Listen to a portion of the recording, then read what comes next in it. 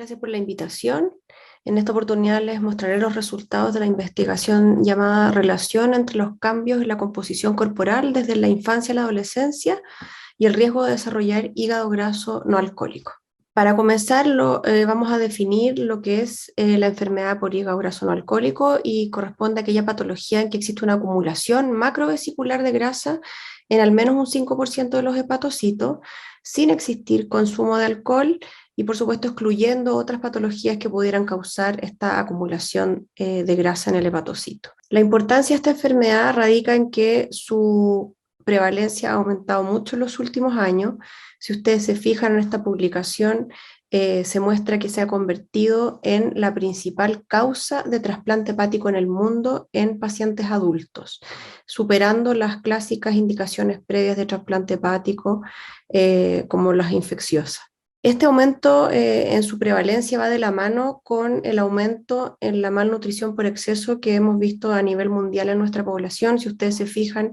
en los datos que yo presento acá, son datos de Chile del año pasado en relación a la población pediátrica que asiste a los sistemas de educación pública,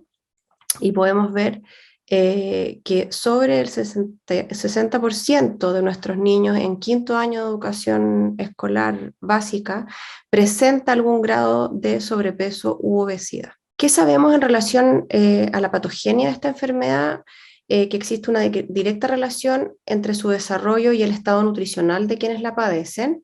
que la obesidad en etapas tempranas de la vida condiciona un riesgo mayor de desarrollar hígado graso no alcohólico en la adolescencia,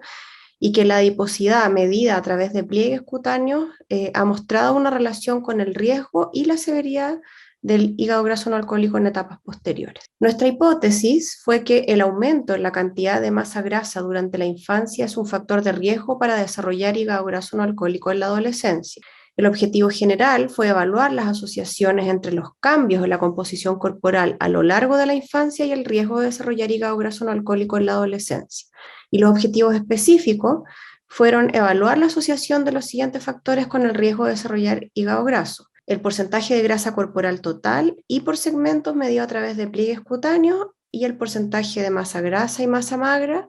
medida a través de bioimpedanciometría y absorciometría de energía dual de rayos X o DEXA.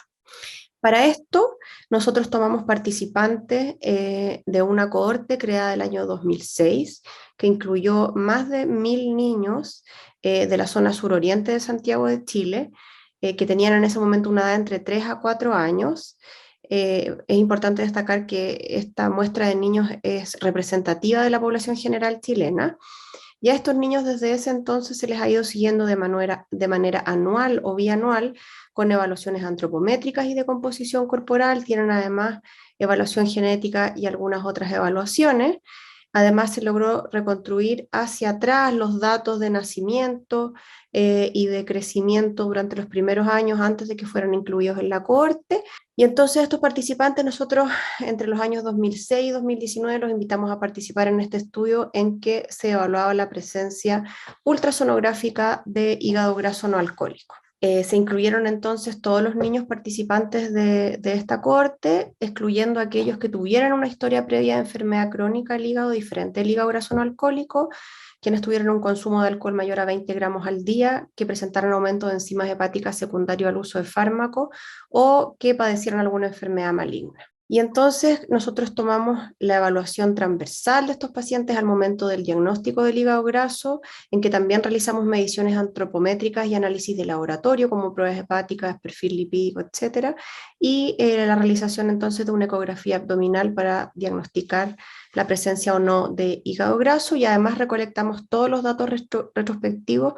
con los que contaban estos participantes, como eran peso, talla, índice, masa corporal, desde el nacimiento hasta la evaluación transversal, los datos de circunferencia de cintura que también tenían desde el inicio de la cohorte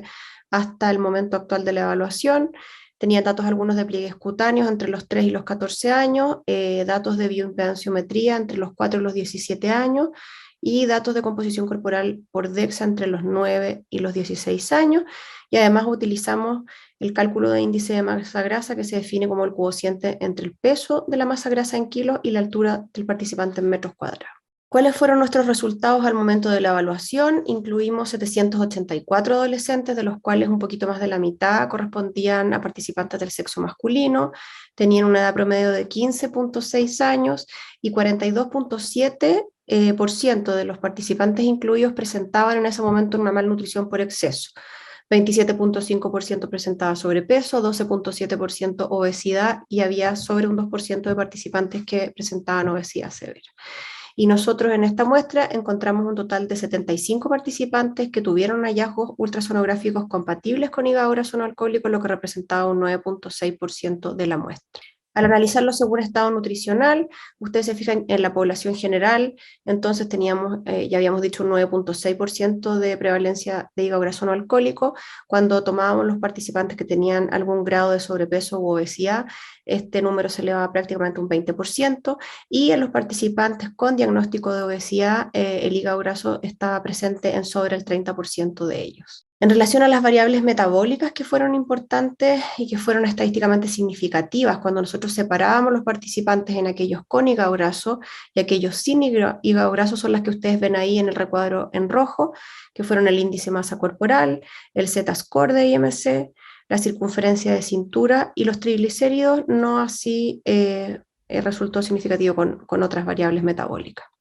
En relación a la evaluación transversal de composición corporal, la medición de todos los pliegues cutáneos fue